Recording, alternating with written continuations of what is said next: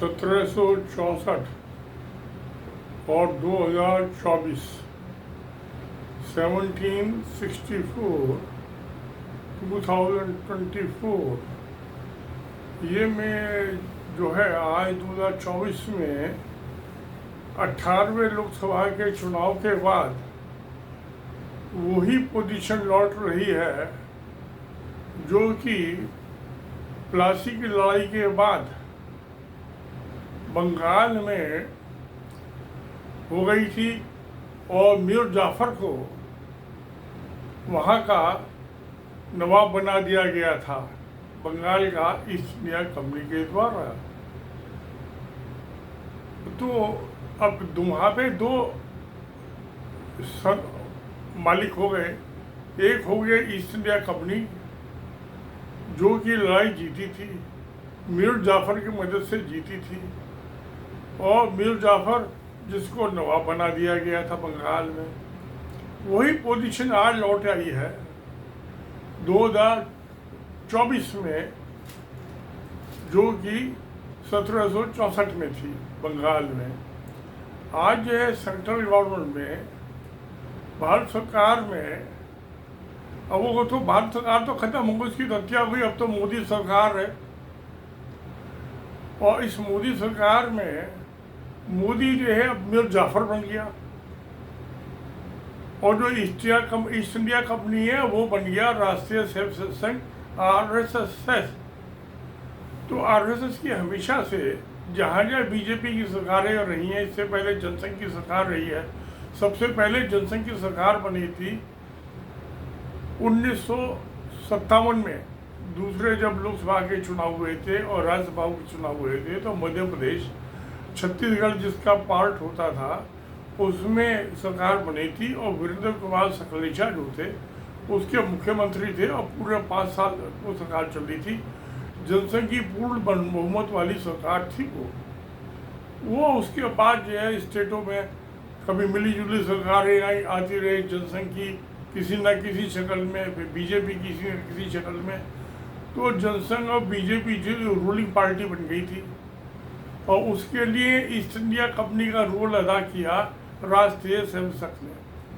जैसे east India company की हमेशा पैसे की डिमांड रही थी और रुपए की डिमांड रहती थी मीर कासिम से, मीर जाफर से, और उसके बाद उसके बेटों से, जिनको भी नवाब बनाया ईस्ट इंडिया कंपनी ने।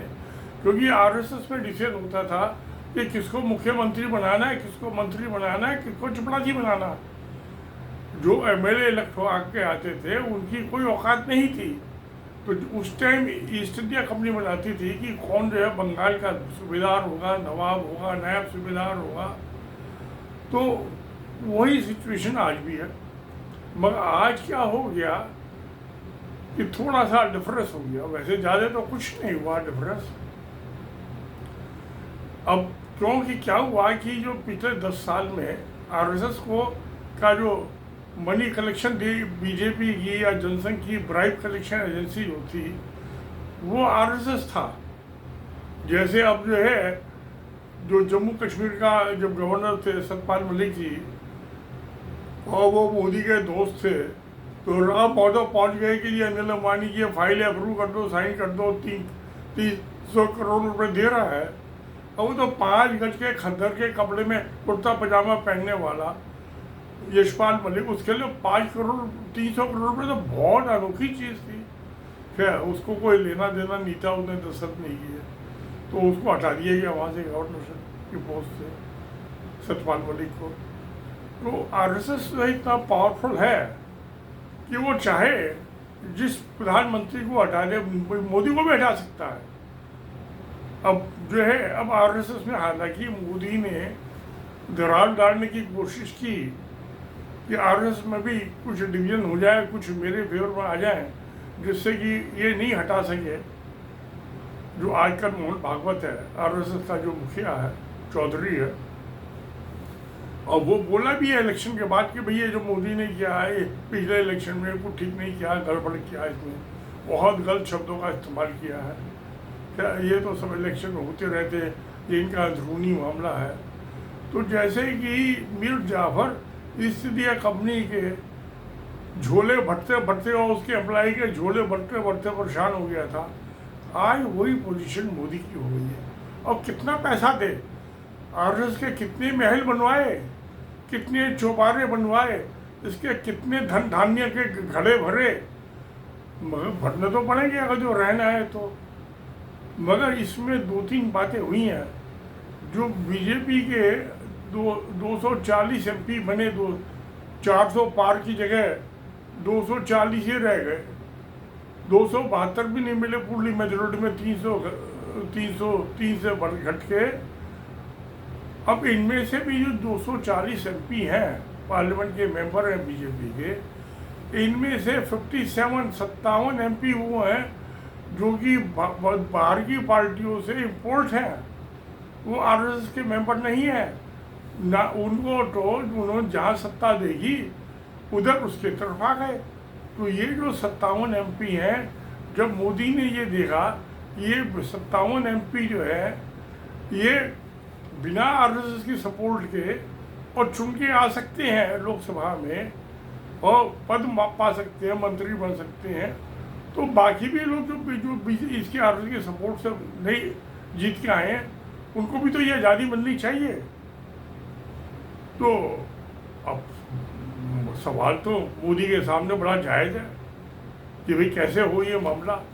तो उन्होंने जो बीजेपी का अध्यक्ष था जेपी नड्डा, जगत नारायण नड्डा, जो हिमाचल प्रदेश से उसकी अपनी सरकार हार रही थी और कांग्रेस की सरकार बन गई थी, उसकी अध्यक्षता में नड्डा के इतना कमज़ोर आदमी है, तो उससे कहलवा दिया कि अब हम बहुत ताकतवर हो गए, बहुत बड़े हो गए, मैच्योर हो गए।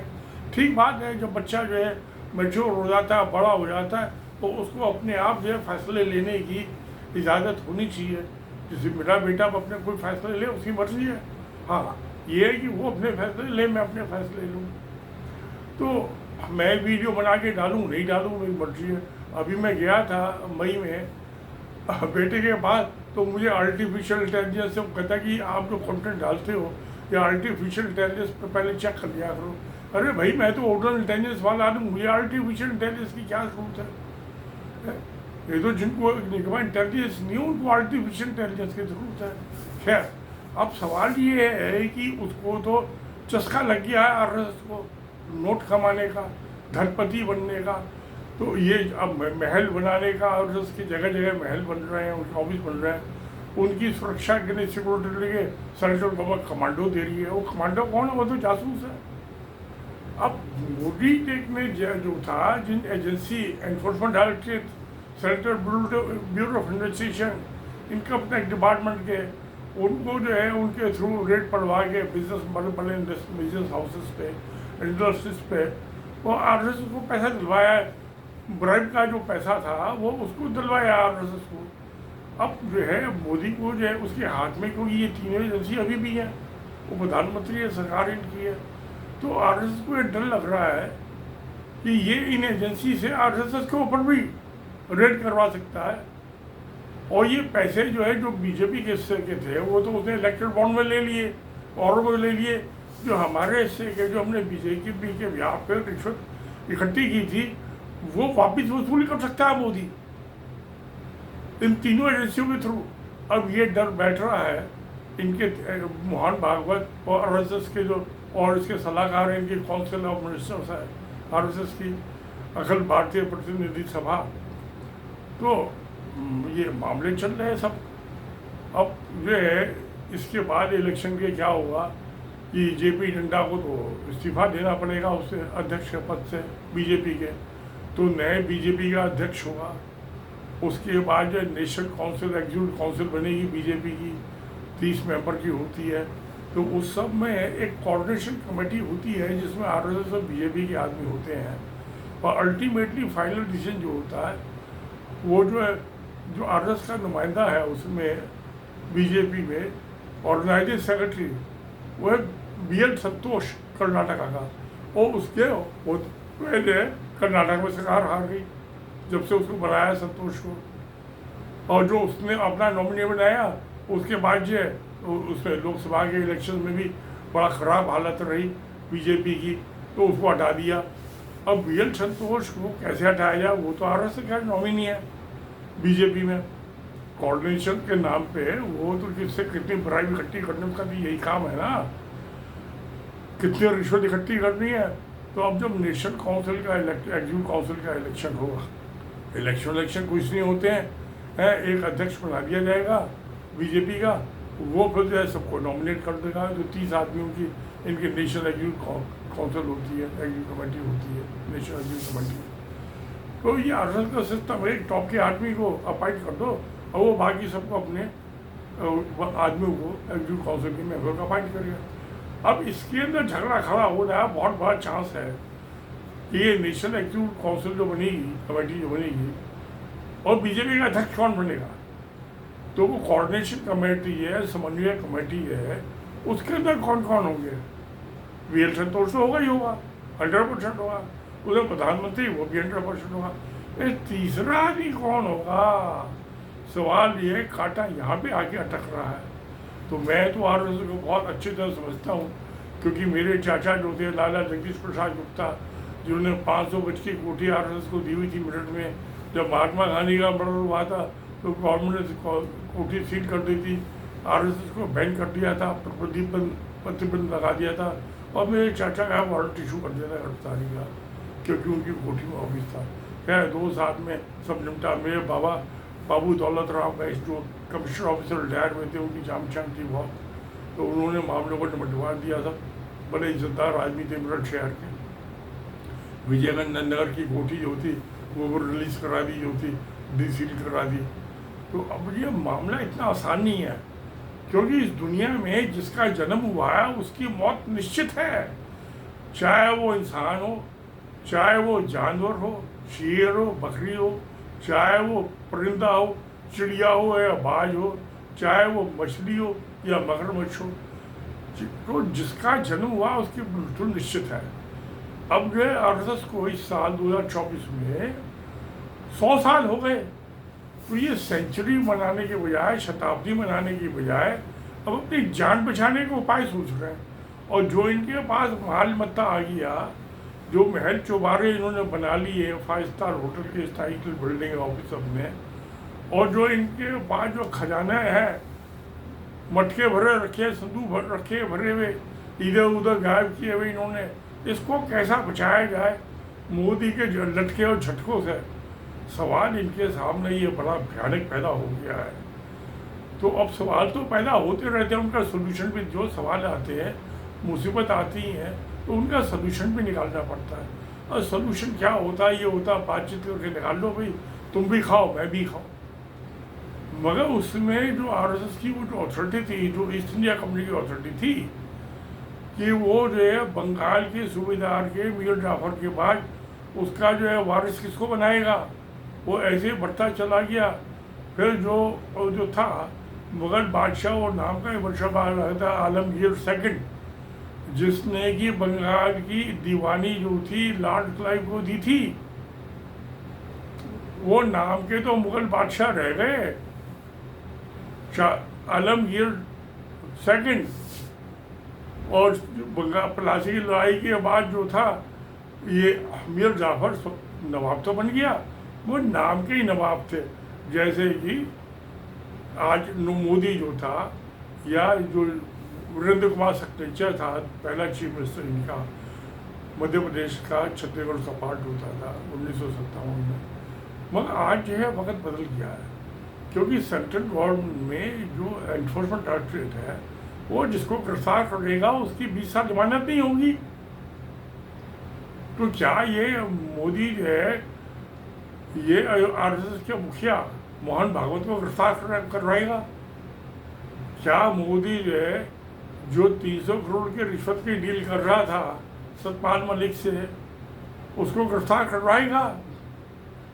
और जो है मोहन भागवत जो है के अलावा और जो आरएसएस के मुखिया हैं, जैसे इंद्रेश कुमार है, वो हिंदू मुसलमानों को दंगे फसाद कराने का है, वो उनका इंचार्ज है। अब आरएसएस में मिनिस्ट्री बढ़ चुकी हैं, पहले नहीं था ये मिनिस्ट्री जो थी, ये मोहन भागवत के आने के बाद जो है ये आरएसएस मिनिस्ट्री बन गई है। मोहन भागवत को आरएसएस का मुखिया बनवाया था अटल बिहारी वाजपेयी ने क्योंकि दोनों ब्राह्मण हैं और दोनों ही मोटे मोटे हैं। इनकी शक्ल भी दोनों की, वाजपेयी, अटल बिहारी वाजपेयी प्रधानमंत्री की और मोहन भागवत की एक जैसी शक्ल है। हालांकि मोहन भागवत जो है ये महाराष्ट्र से है, ये आधा मुसलमान है आधा हिंदू है, और जो वाजपेयी था वो प्योर हिंदू था, लखनऊ से था, वैसे भी ग्वालियर से था, मध्य प्रदेश से। अटल बिहारी वाजपेयी आदमी बढ़िया था, हंसी मजाक वाला। तो ये जो सब चीज़ें चलती हैं, कब तक चलेगा, कुछ ना कुछ तो खैर अब ये हो जाएगा 5-7 दिन में, हफ्ते 10 दिन में। एग्जीक्यूटिव कमेटी की, बीजेपी की जो नेशनल एग्जीक्यूटिव कमेटी है वो उसमें नॉमिनेशन हो जाएंगे, और जो उसका जो मुखिया होगा बीजेपी का अध्यक्ष, वो सबको नॉमिनेट करेगा, तो नया अध्यक्ष को चुनाव हो जाएगा। तो ये सब मामले हो जाएंगे, निमट जाएंगे, ये तो निमट जाएंगे। मगर जो माल पत्ता है आरएसएस के कब्जे में, भाई बीजेपी तो इलेक्ट्रल बॉन्ड से नंबर 1 के सुप्रीम कोर्ट से निकल गया, मगर बीजेपी के बाद भी जो पीएम केयर फंड का पैसा है, जो कि सीक्रेट फंड है, उसका हिसाब किताब जो है वो कैसे देगा। अब मोहन भागवत कैसे उससे निकलवा पाएगा नरेंद्र मोदी से। तो वो एक तो वो सीक्रेट फंड है पीएम केयर फंड, और जो आरएसएस के पार्ट है वो 100% सीक्रेट फंड है। किसके पास कितना है उन्होंने टुकड़ा रखा हुआ है, कितने मटके जो हैं, कितने ट्रक और कितने सूटकेस किसके पास छुपा कर रखे हुए हैं, तो कैसे पता चला, मुश्किल काम है ये। हाँ, एनफोर्समेंट डायरेक्टरेट वाले, सीबीआई वाले और इनकम टैक्स वाले निकलवा सकते हैं आरएसएस के सारे फंड। पीएम केयर फंड तो नहीं निकलवा पाएंगे, क्योंकि वो तो पीएम के नौकर है। जो निकलवाने की कोशिश है उसको ट्रांसफर करके दिल्ली से त्रिपुरा भेज देंगे, उसे मणिपुर में भेज देंगे। तो वो तो दिल्ली में रहना चाहते हो, मणिपुर में त्रिपुरा जाना नहीं चाहते। तो ये सब जो चीज़ें होंगी, अब ये आपस में आरएसएस जो है और ये जो मोदी सरकार है, जब इसमें झगड़े होंगे तो क्या ये निश्चित नहीं है कि आरएसएस के पास तो एनफोर्समेंट एजेंसी जैसी है नहीं, वो किसी को गिरफ्तार नहीं कर सकते, 20 साल के लिए अंदर डाल दे जेल में। उनके पास पावर है, मोदी के पास पावर है, प्राइम मिनिस्टर के पास पावर है। तो अब जो है, जो ये माल इन्होंने कमाया, और ये बिल्डिंग पर तो जो 5 स्टार होटल बनाए टाइप बिल्डिंगें बनाई, ये तो कभी कोई भी कब्जा कर लेगा इसके ऊपर। तो मोदी क्या आरएसएस में डिवीजन कराएगा, इसमें टुकड़े टुकड़े कराएगा। और वहाँ पे जब जो ईस्ट इंडिया कंपनी की वो कैलकाटा काउंसिल कहलाती थी, आजकल जैसे स्टेट में है काउंसिल ऑफ मिनिस्टर्स है गवर्नर को सलाह देने के लिए, और नेशनल लेवल पे जो कैबिनेट है, इंडिया कैबिनेट, वो काउंसिल ऑफ मिनिस्टर कमेटी है ना, वो उसका काम है राष्ट्रपति को सलाह देना। तो उसी किस्म की जो है, जो ईस्ट इंडिया कंपनी के ज़माने से कैलकाटा काउंसिल जो कहलाती थी, तो वो उसी पैटर्न पे जो है आज जो है भारत की सरकार अब तक चल रही है। हमारा कॉन्स्टिट्यूशन भी उसी पैटर्न पे बना हुआ है, जो 1951-50 वाला कॉन्स्टिट्यूशन है। ये सब चीज़ें सब उसमें 70% तो चीज़ें जो है, जो इंडिया ये था गवर्नमेंट ऑफ इंडिया एक्ट 1935, 75% तो चीज़ें उसी से ली हैं। उसी पैटर्न पे जो अंग्रेज ईस्ट इंडिया कंपनी एस्टेब्लिश कर रही, उसी पैटर्न पे आज नरेंद्र मोदी जो है सरकार चला रहे हैं। इनको राष्ट्रपति की अप्रूवल लेनी पड़ती है हर चीज़ के लिए। ऐसी कैलकाटा काउंसिल जो होती थी, जो मीर जाफर होता था, उसको हर चीज़ की अप्रूवल उसी से लेनी होती थी। तो जो थी काउंसिल अप्रूव करने के लिए जो काउंसिल कहती थी वही अप्रूव करता था, कैलकाटा काउंसिल वही मीर जाफर अप्रूव करता था। उसके बाद आने वाले जो भी गवर्नर आए वो सब यही करते रहे। तो हमारा सेंटर का और स्टेट का सिस्टम तो वही है जो मीर जाफर के ज़माने से चला रहा है। और कैलकाटा काउंसिल जो थी वो ईस्ट इंडिया कंपनी की, उसके मुताबिक चल रहा है। उसके 6-7 मेंबर होते थे, अब कैबिनेट में 70 मेंबर हो गए, फर्क कितना ही है। तो वो एक छोटे से सूबे की सरकार थी, और जब बंगाल की सरकार थी, आज नेशनल सरकार है। तो इसमें 28-29 स्टेट्स हैं, यूनियन टेरिटरीज हैं, तो उसके हिसाब से 70 लोगों तो जो ठीक है मिनिस्टर जो हैं। मगर जब उसकी वायसराय की काउंसिल, उसमें तो सिर्फ 8 ही क्या नाम मेंबर एडवाइज़र होते थे, जिसको काउंसिल ऑफ मिनिस्टर्स कह लें, काउंसिल एग्जीक्यूटिव कमेटी कह लें, काउंसिल ऑफ काउंसलर्स कह लें, उसके तो 8 ही मेंबर तो पूरे हिंदुस्तान को गवर्न करते थे वो। और उस जमाने में तो पाकिस्तान भी और जो बांग्लादेश भी है और बर्मा जो थे वो भी उसी अंडर में थे। इतने बड़े इलाके को 8 आदमी जो है वायसराय को सलाह देने वाले होते थे, गवर्नर जनरल को, और सरकार मजे में चल रही थी, खूब टैक्स वसूली हो रही थी। तो खैर कोई बात नहीं। अब बांग्लादेश हो या पाकिस्तान, वह वहाँ के भी संविधान जैसे इंडिया का संविधान जो है गवर्नमेंट या 1935 पे बेस्ड है, ऐसी वहाँ की भी सरकार वहीं पर।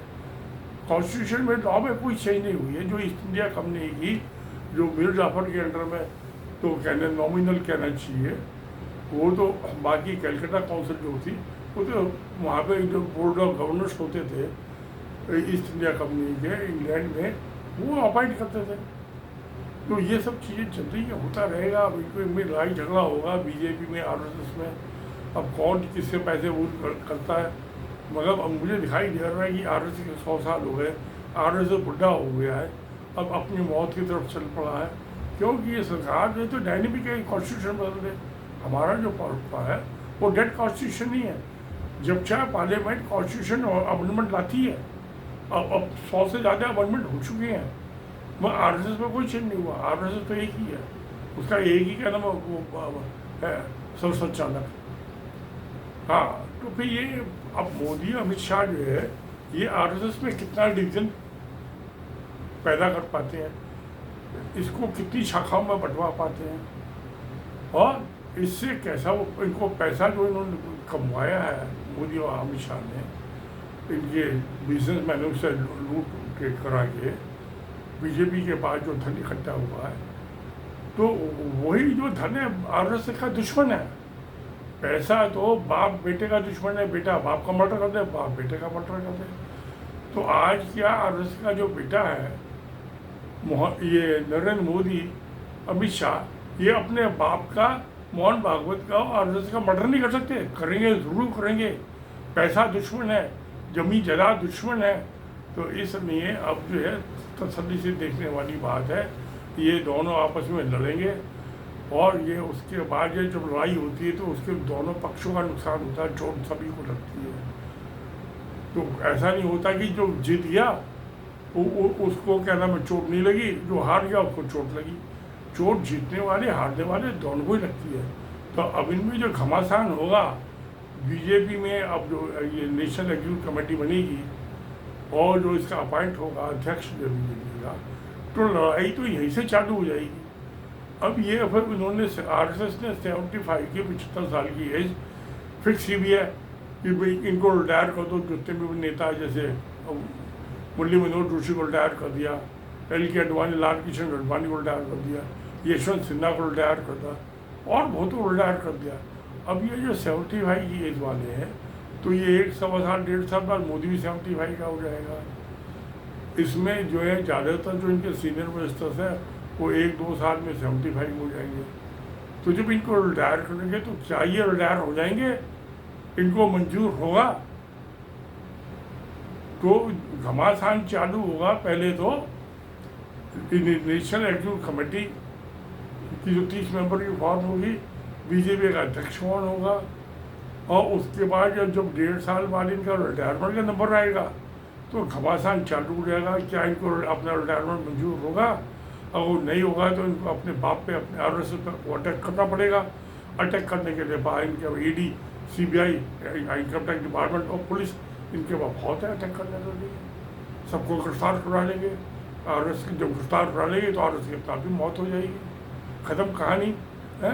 जिसकी मौत, वो जो कहावत है कि जिसका जन्म हुआ उसकी मृत्यु निश्चित है, तो आरएसएस का जन्म हुआ था 1924 में, अब 2024 में उसकी मौत हो जाएगी। और ठीक है, कहानी ठीक है, चल रहा है, चल रहा है। धंधा देखो, दंगा देखो, तमाशा देखो, कबड्डी देखो, कुश्ती देखो। अब जो कुश्ती चालू होगी बीजेपी आरएसएस में, उसका भी आनंद हो। देखते हैं कौन जीतता है, कौन हारता।